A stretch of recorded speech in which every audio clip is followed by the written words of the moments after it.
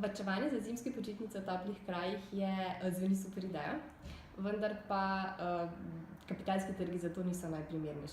najprimernejša lokacija.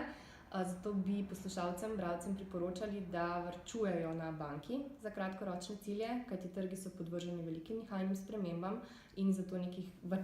kratkoročnih privarčevanih sredstev ne moremo z gotovostjo pričakovati. Je pa bolj primerno dolgoročnejše varčevanje, kjer z mesečnimi vložki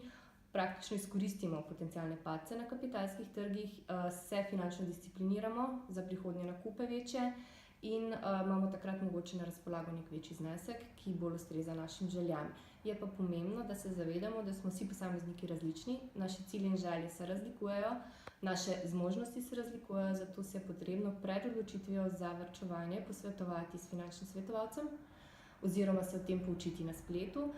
in se odločiti za nek varčevalni paket, ki dejansko odraža našo sposobnost in željo po sprejemanju tveganj in naših finančnih ciljih.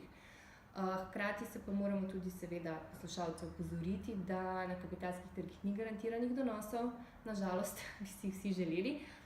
vendar pa smo trenutno podvrženi v Evropi velikim političnim in gospodarskim spremembam. Na investitorje na trgih vplivajo tudi negotovost glede centralnih bank